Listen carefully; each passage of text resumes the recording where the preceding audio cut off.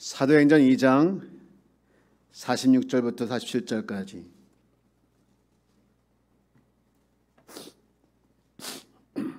우리가 함께 합독합니다. 시작.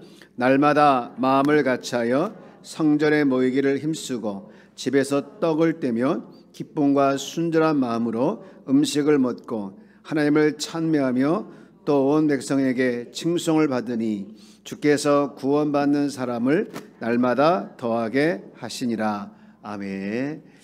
이 시간에는 우리 특별한 순서로 이번 주 주일 오후 예배 우리 목자 부목자 리더 헌신 예배인데 오늘 목자 부목자들이 나오셔서 특송을 해 주시겠습니다. 자, 목자 부목자 일어서 앞으로 와. 네.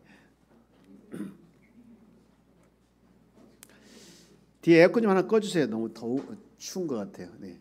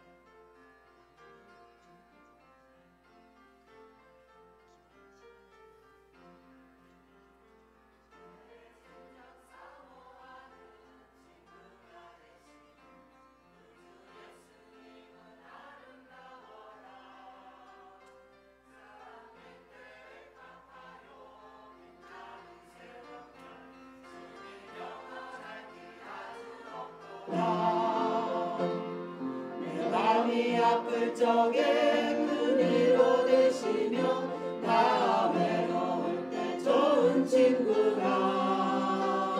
주는 잣산 밑에 백합 빛나는 새벽별 이 땅 위에 비길 것이 없도다. 내 맘의 모든 염려 이 세상 뭐라도 주님 항상 같이 하여 주시고 시험을 당할 때에 악마에게로 즉시 물리치사 나를 지키네. 온 세상 날 버려도 주 예수 안 버려 끝까지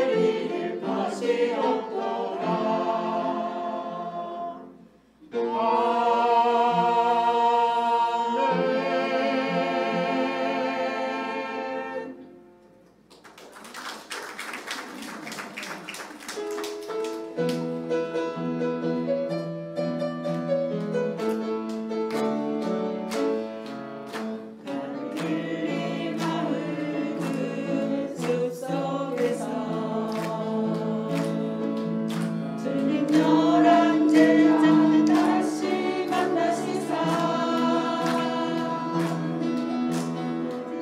그들에게 말씀하시기를 너희들은 가라 저 세상으로 제자 삼으라 세상 사는 사람들은 세상 모든 영혼이 내게 달려나니 가서 제자 삼으라 나의 길을 가르치라 내가 너희와 항상 함께하리라 지금도 우리 주 찾아오사 어두워져 가는 저 세상 바라보며 마지막으로 우리에게 하시기를 너희들은 가라 저 세상으로 가서 제자 삼으라 세상 많은 사람들은 세상 모든 영혼이 내게 달려나니 가서 제자 삼으라 나의 길을 가르치라 내가 너희와 항상 함께하리라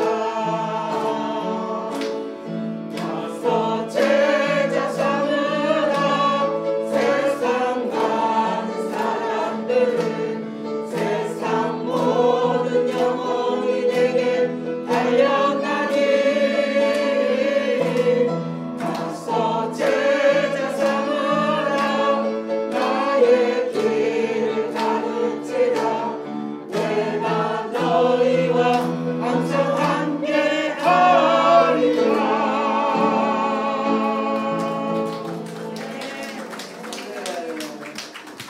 잠깐만요. 가지 마세요. 가지 마세요. 잠깐만요. 예, 우리 앞에 계신 분들이 다 우리 목자 또 부목자이십니다. 교구장이기도 하시고요. 오늘 안 나오신 분도 계시지만 정말 우리 교회 핵심 멤버로서 정말 담임 목사님과 같은 마음과 같은 생각을 가지고 이렇게 함께 협력해 주시는 우리 목자 부목자인데 여러분 오늘 찬양 잘했죠? 하나님 너무 기뻐 받아 주셨으리라 믿습니다. 우리 잘했다고 박수 한번. 네, 하나님께서 박수 쳐주실 거라고 믿습니다. 우리 가지 마세요. 왜 자꾸 들어가세요? 제가 박수 치려고 나온 게 아니고 박원유가 제일 말 안 듣네. 자, 우리 이분들을 위해서 한번 축복하고 또 아까 김 목사님 또 기도해 주셨지만 우리 이분들이 또 운영을 목자로서 또 부목자로서 목원들과 함께 하다 보면 상처받기도 하고 힘들기도 하지만 우리가 그분들이 정말 목자 부목자로서 일을 감당할 때 힘든 거 하나님께서 위로해 주시고 힘을 주실 거라 믿고요. 우리 한 번 더 기도하실 것은 우리 이분들이 정말 우리에게서 일을 잘 감당할 수 있도록 항상 성령님 역사해 달라고 함께 해 달라고 또 가정도 또 하는 일도 주님 책임져 달라고 우리 이분들을 위해서 한번 우리 축복하며 함께 우리 주여 한 번만 같이 기도할까요? 주여 할렐루야. 아버지 감사합니다. 우리 사랑하는 주님이여 귀한 우리 목자 부목자님들이 이렇게 아버지 앞에 나와서 찬양을 함께 영광 올렸습니다. 주님은 날마다 순간마다 도와주시고 언제 어디서나 주의를 감당할 때 하나님이 늘 함께 해주셔서 정말 넉넉히 감당하기에 부족함이 없도록 하나님이 늘 역사해 주시고 이끌어 주옵소서. 때로는 상처받기도 하고 때로는 힘들어서 놓고 싶기도 하고 때로는 아버지 정말로 내가 왜 일을 해야 되는지 하면서 한탄하며 한숨 쉴 때도 있겠지만 주님께서 위로해 주시고 힘주셔서 아버지 정말 주일을 넉넉히 감당해내기에 부족함이 없도록 늘 함께 해주시고 이들을 통해서 주님 모건들이 살아나게 도와주시고 이들을 통해서 주여 모건들이 더 아버지 보시기에 아버지 은혜가 넘치는 그런 아버지 중요한 마음을 중요한 일을 감당해낼 수 있도록 주님이 역사해 주시고 함께해 주옵소서. 우리 모건들 이끌어갈 때 힘들지 않게 해주시고 주여 이 가정도 주여 사업도 아버지 삶도 주여 책임져 주셔서 하나님 늘 함께하는 귀한 우리 목자 목자들로 축복하여 주옵소서. 감사합니다. 주님 함께하여 주옵소서. 감사하며 예수님의 이름으로 축복하며 기도합니다. 아멘. 우리 다시 한번 박수하겠습니다. 진짜 들어가세요 이제.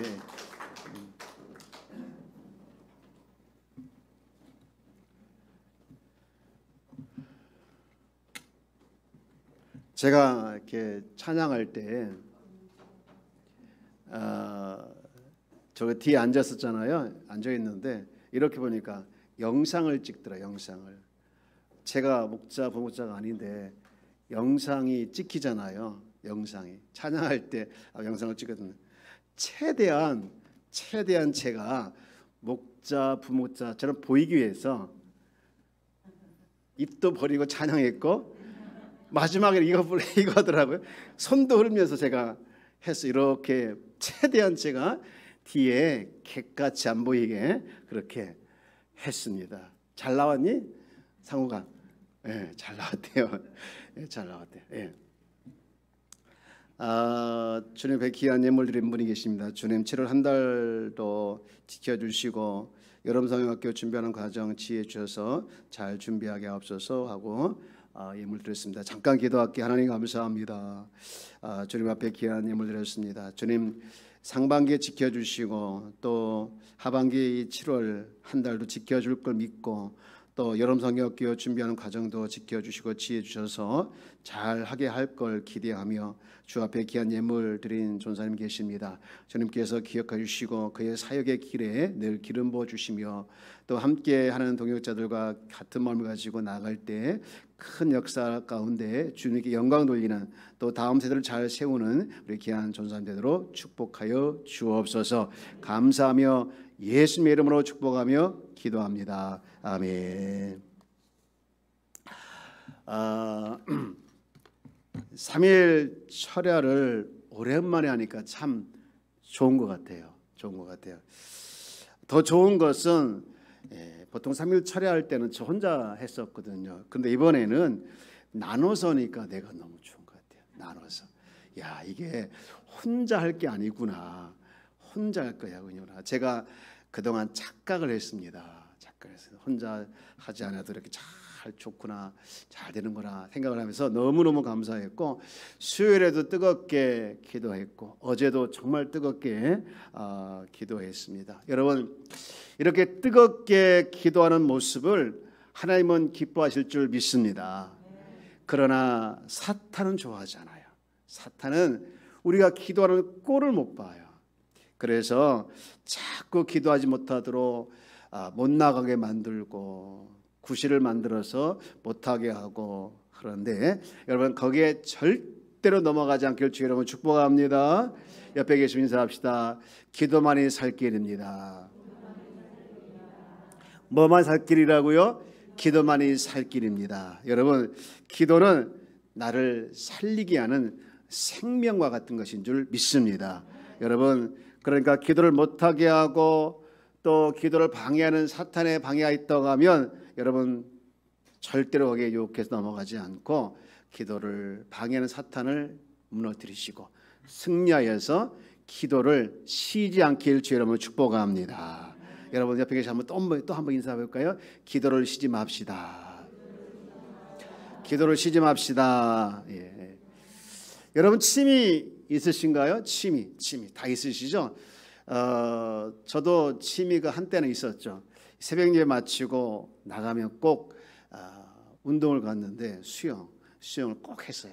한 5년 했는데 코로나 때문에 못한 것도 있지만 어깨 수술해서 못했었는데 요즘에는 하고 싶은데 아직은 또 다리가 다쳐가지고 하여튼 시작을 못하고 있는데 여러분 다 나름대로 아마 취미들이 있지 않을까 싶어요.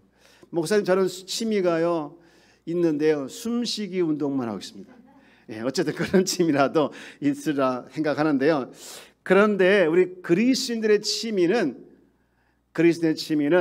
기도가 취미길 바랍니다. 찬양이 취미길 바랍니다. 전도가 취미길 바랍니다.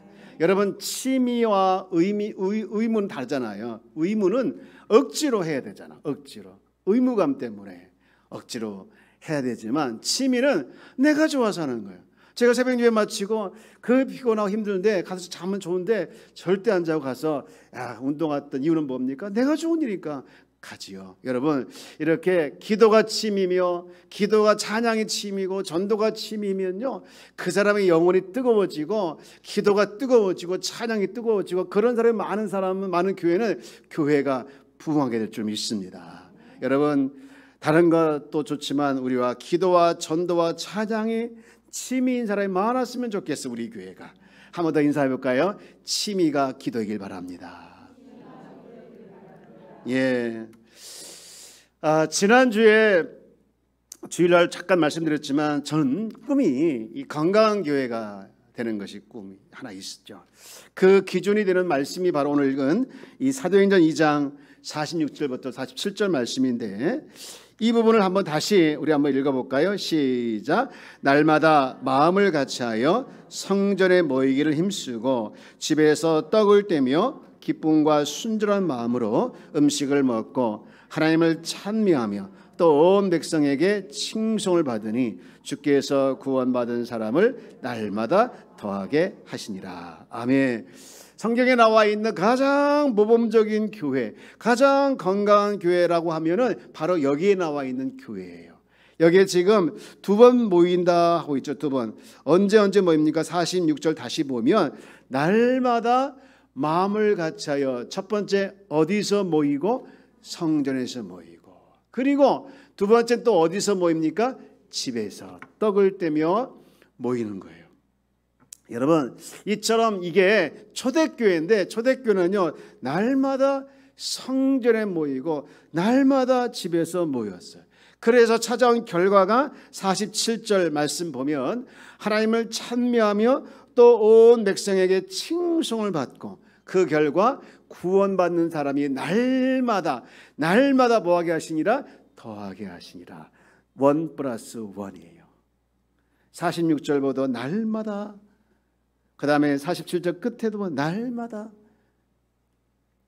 여러분 이들은 성전에 모이는 것만 의존한 것이 아니라 날마다 이웃을 접촉하면서 집에서 모였다는 것이 사실 이 초대교회 모습을 보면 집에서 모이는 교회가 될 수밖에 없었죠. 그래서 집에서 모이는 교회가 참 많았었는데 이처럼 성전에서도 모이고 또 집에서 모여서 이렇게 예배하고 찬양하고 있는 모습을 이 제2의 종교개혁이라는 책에서는 2 날개로 날아오른 교회라고 지칭을 하고 있습니다. 한쪽 날개는 하나님의 임재가 가득한 영감이 넘치는 대그룹 날개라고 하면 또 하나는 소그룹을 통한 이 작은 그리스도의 몸으로서의 따뜻한 교회가 되게 하는 그런 날개, 이것이 바로 소그룹 모여서 하는 날개다 이렇게 하고 있는데요.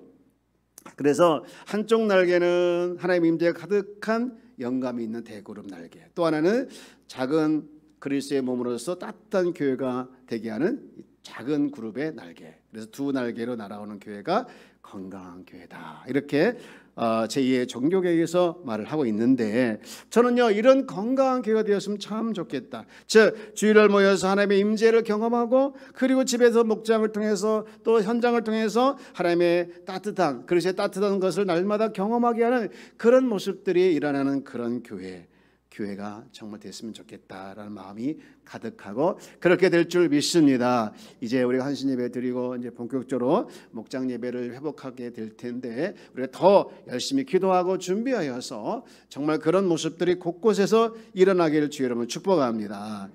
교회는 따뜻해야 돼요. 교회는 따뜻해야 될 줄 믿습니다. 차가우면 안 돼요. 교회 안에 들어오면 냉기가 있으면 안 돼요.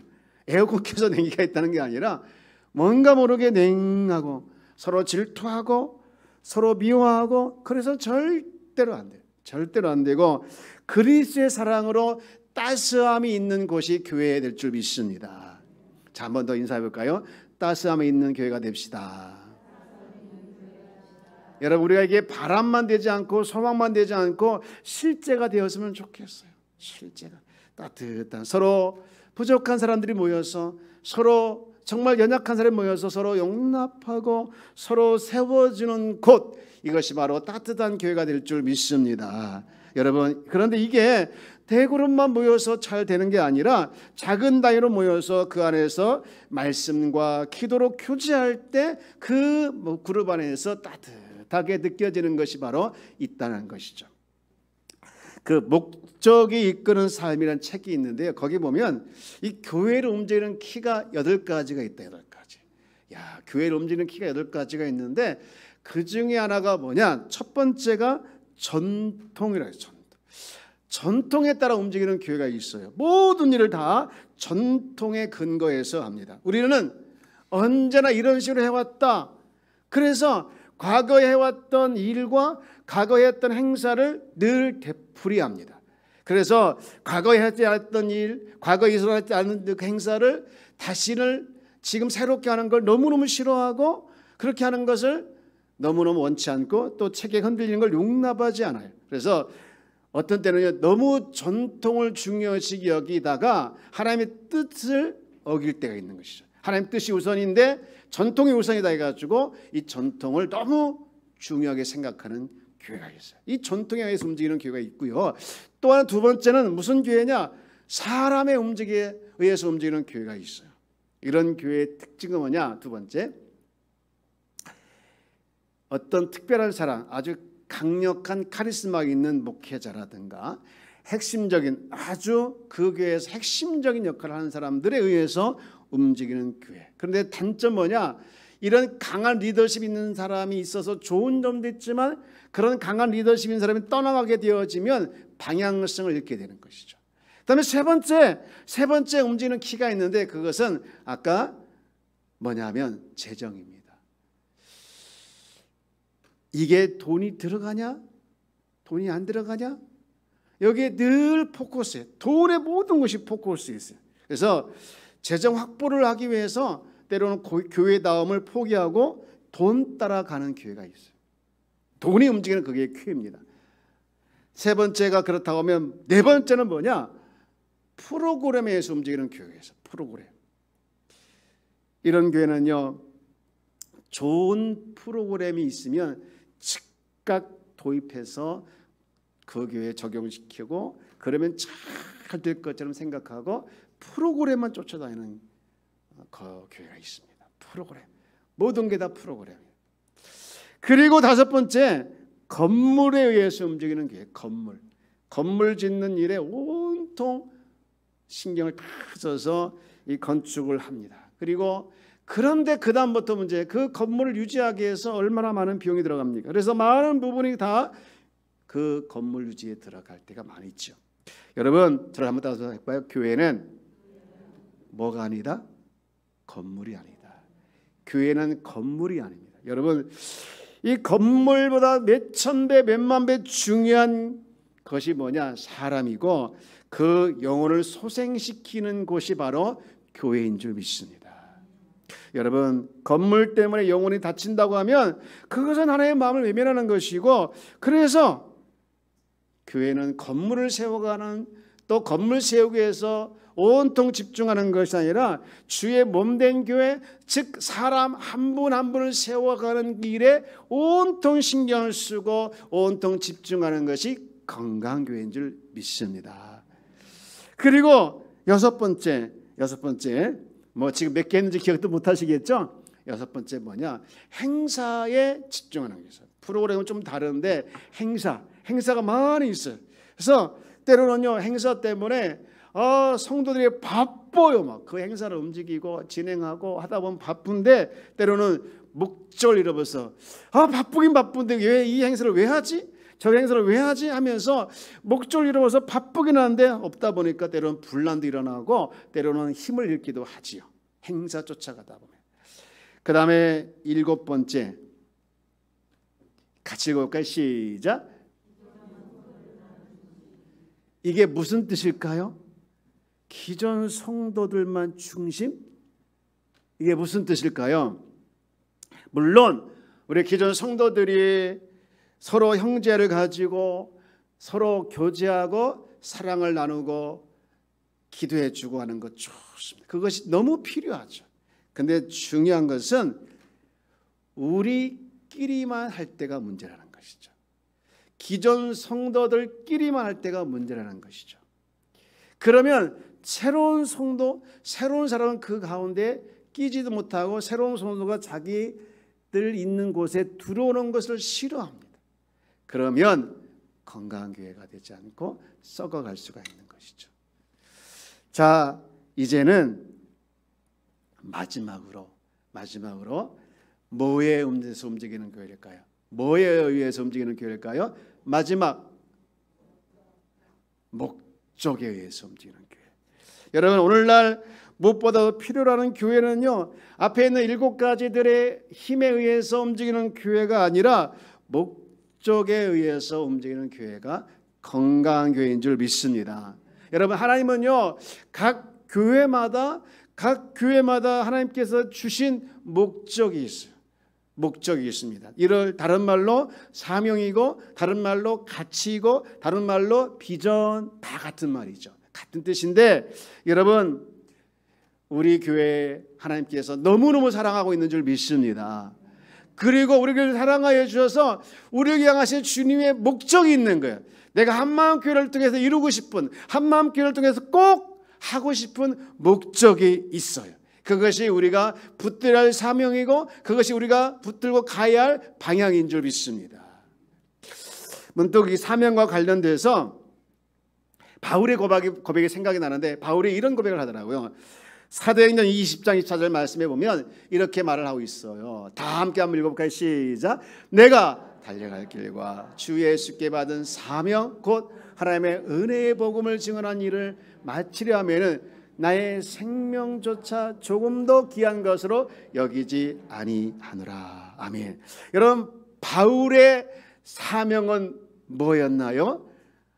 복음을 증언하는 일, 하나님의 은혜의 복음을 증언한 일을 위해서 그는 생명조차 진짜 조금 더 귀한 것을 여기지 않았다라는 것을 강조하고 있어요. 여러분, 바울의 사명이 이거였습니다. 예수님도 떠나시면서 제자들에게 이런 명령을 하셨죠. 아까 저는 깜짝 놀랐어요. 우리 목자 부목자들이 나오셔서 이 찬양을 하길래 혹시 내 설교를 미리 들으셨나? 그런 생각을 제가 했어요. 가서 뭐 삼으라? 가서 제자 삼으라. 나중에는 손 흔들더라고요. 나도 너무 좋아가지고 손 흔들어가지고 한번 해볼까요? 시작. 잘했습니다. 100점. 너무너무 잘했어요. 여러분, 사도행전 말씀과 함께 이 말씀이 있는데 마태복음 28장 19절 말씀에 보면 그렇게 말하고 있죠. 그러므로 너희는 가서 모든 민족을 제자로 삼아 아버지와 아들과 성령 이름으로 세례를 베풀고, 그 다음에 20절 말씀에 오면 내가 너에게 분부한 모든 것을 가르쳐 지키게 하라. 볼지어다 내가 세상 끝날까지 너희와 항상 함께 있으리라 하시니라 라고 말씀하고 있죠. 이 명령을 예수님께서 떠나시면서 하신 건데, 이 명령을 우리가 흔히 지상명령이라고 합니다. 무슨 명령이라고요? 여러분, 지상명령이 바로 이 28장 말씀인데, 지상명령은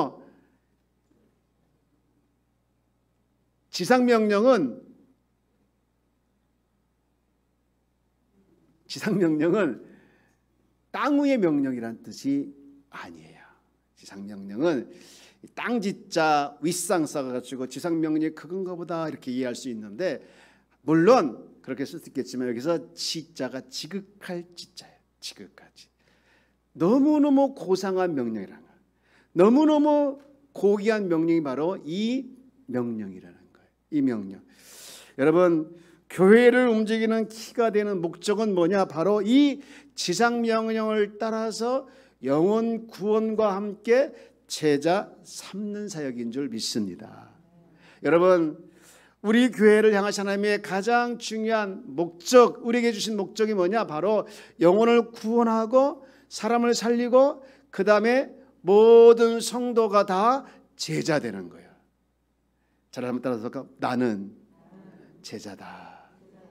그 라이프 레이버 목사님이라는 분이 계신데 그분이 그런 말씀, 예수님이 12제자 삼은 것을 기독교의 기초 공동체다 이렇게 말을 했어요. 그래서 사실 예수님도 혼자 능력이 많으셨기 때문에 얼마든지 사역을 감당할 수 있는 분이셨지만 12제자를 탁 뽑으시고 그들과 함께 생활하시면서 훈련시키시고 그리고 그들에게 능력을 부어주시면서 예수님께 그들에게 엄청난 과업을 주셔서 감당해 나가겠는데 그 과업의 하나가 바로 너도 가서 제자 삼으라. 제자 삼으라. 여러분, 우리 교회 모든 성도들이 주님의 제자인 줄 믿습니까? 우리가 주님의 제자인 걸 믿으시기 바랍니다. 여러분, 주님께서 우리에게 제자 삼으라고 해서 제자가 된 것이고 우리도 또 하나의 비전을 가지고 있는데 내가 제자가 된 것처럼 나도 누군가를 제자 삼는 사명이 있어야 될 줄 믿습니다. 여러분, 그 사명 중에 가장 큰 사명, 여러분 제자 삼는 사람이 또 다른 제자 삼는 그 현장이 어디냐? 지식을 배워서 제자가 될 수 있겠지만 지식을 배우는 것보다 현장을 통해서 우리는 들어서 사람이 변화되는 것도 있겠지만 들어서 사람이 사람화되는 것도 있지만 봄으로 말미암아 현장을 봄으로 말미암아 이 사람이 사람 되고 제자가 제자 되는 것이 더 확실하는데 우리가 주님께서 나를 제자 삼으라고 했으면 내가 제자 됐으면 내가 제자 삼는 그 현장이 어디냐? 바로 목장이라는 거예요. 목장. 그래서 우리 성도들이 우리 교회는 모든 성도가 제자이지만 이제 제자인 우리 모두가 다 비전을 품어야 되냐? 무슨 비전을 품어야 되냐? 모든 성도가 다 목자가 되는 겁니다. 저를 따라서 모든 성도가 목자가 되는 것이다. 여러분, 한 사람이 거듭난 그리스도인이 영적 아비로 이제 목자로 세워졌다고 하면 그것이 그분에겐 사명이요 그분에겐 상급입니다. 그렇다면 거기서 끝나는 것이 아니라 다른 사람을 세워나가는 일까지 감당하는 것이 우리가 감당해야 할 또 다른 사명인 줄 믿습니다. 마지막으로 우리가 이제 이번 목자 부목자 헌신 예배를 앞에 두고 있는데 여러분, 우리는 회복해야 할 마음이 있어요. 특히 목자 부목자들이 회복할 마음이 있는데 그것은 뭐냐? 아버지 마음입니다. 잘 한번 따라서 볼까요? 아버지 마음. 여러분 그 목장 모임을 하면서 가끔 제가 듣는 소리가 있는데 야, 우리 목장은 너무너무 좋다는 거야. 왜 좋아요? 하면 가족 같아서 좋다는 거예요. 여러분, 가족 같아서 좋은 거 맞습니다. 그런데 사실은 목장은요 가족 같은 곳이 아니라 가족입니다. 혈연 관계로 맺어지지는 않았지만 여러분 중요한 얘기입니다. 예수님의 생명으로 맺어진 관계가 목장인 줄 믿습니다. 완전하지 않지만 흠도 많이 있지만 그래서 서로 용납해주고 세워주고 절대로 책망하거나 의무나 책임을 물어서는 안 되고 위로해주고 격려해주고 치유가 있고 회복이 있는 곳이 어디냐? 목장 모임인 줄 믿습니다. 여러분, 이곳을 이끌어가는 목자는 무엇보다도 아버지의 마음이 포함이 되는 거예요. 이 목자가 또 부목자가 특히 목자가 품어야 할 마음, 회복해야 할 마음이 아버지의 마음이 굉장히 중요한데요. 아버지는요 가족에 대한 책임이 있어요. 가족 중에 누가 아프면요 그 아버지는 업고 뛰어가서 치료받게 합니다. 마찬가지로 목원들이 아프면 주님께 업고 가서 주님께로 가서 그들이 치료받게 하는 것이 목자가 가질 아버지의 마음이에요. 그리고 더 나아가서 아비는요 자식이 배고프면요 밥을 먹여줘야 합니다. 마찬가지로 영적으로 배고프지 않도록 목원들을 살피는 것이 목자예요. 그리고 더 나아가서 아버지는요 자식이 누구한테 맞거나 당하지 않도록 끝까지 책임을 전해주는 거예요. 마찬가지로 목원들 중에 누군가 사탄의 종이 되지 않도록 자기에게 맡겨진 양들을 책임지고 사랑하는 사람이 목자가 가질 아비의 마음이라는 거예요. 아비는요 자식으로 인해서 당하는 고통 때문에 불평하기보다는 오히려 자식들이 그런 고통을 통해서 한 걸음 한 걸음 성장해 가는 것을 보고 기뻐합니다. 마찬가지로 이 목자는 양들을 인해서 많은 수고와 고통과 시련이 때로는 있어서 불평할 수 있겠지만 오히려 그들의 존재로 인해서 기뻐하고 그들이 성숙해 가는 것을 통해서 감사하는 것이 바로 목자 가질 아비의 마음인 줄 믿습니다. 간혹 우리는 그렇게 생각할 수 있습니다. 목자의 역할을 들어보면 꼭 사역자의 역할 같기도 하죠. 그래서 사역자가 감당해야 할 몫을 목자들에게 분배시킨다라고 생각할 때가 있습니다. 여러분, 그게 아닙니다. 하나님은 오늘 우리에게 귀한 은혜를 주셨고 또 나 혼자 살아가게 한 게 아니라 함께 살아가기를 원하고 함께 회복하기를 원하고 있습니다. 여러분, 우리 교회를 향하신 주의 귀한 사역과 주의 귀한 뜻과 목적이 있습니다. 우리는 그것을 놓치고 방향을 잃어버리면 우리는 어떤 길로 갈지 눈에 뻔히 보입니다. 그렇지만 우리 하나님께서 주신 귀한 목적을 따라서 가야 건강한 교회가 될 줄 믿습니다. 이제 말씀 마치고자 합니다. 하나님은 우리에게 주신 그 목적을 따라서 가는 것이 우리의 중요한 가치와 사명인 걸 기억하면서 우리 모두 이 일에 우리가 기쁜 마음으로 같은 마음을 가지고 같은 생각을 가지고 같은 뜻을 가지고 같은 말을 하면서 같은 열매를 맺는 우리 사랑하는 한마음께 모든 가족이 되기를 주의 이름으로 축복합니다. 자, 우리 옆에 계신 인사합시다. 우리는 한마음 가족입니다. 기도하겠습니다. 주님 감사합니다.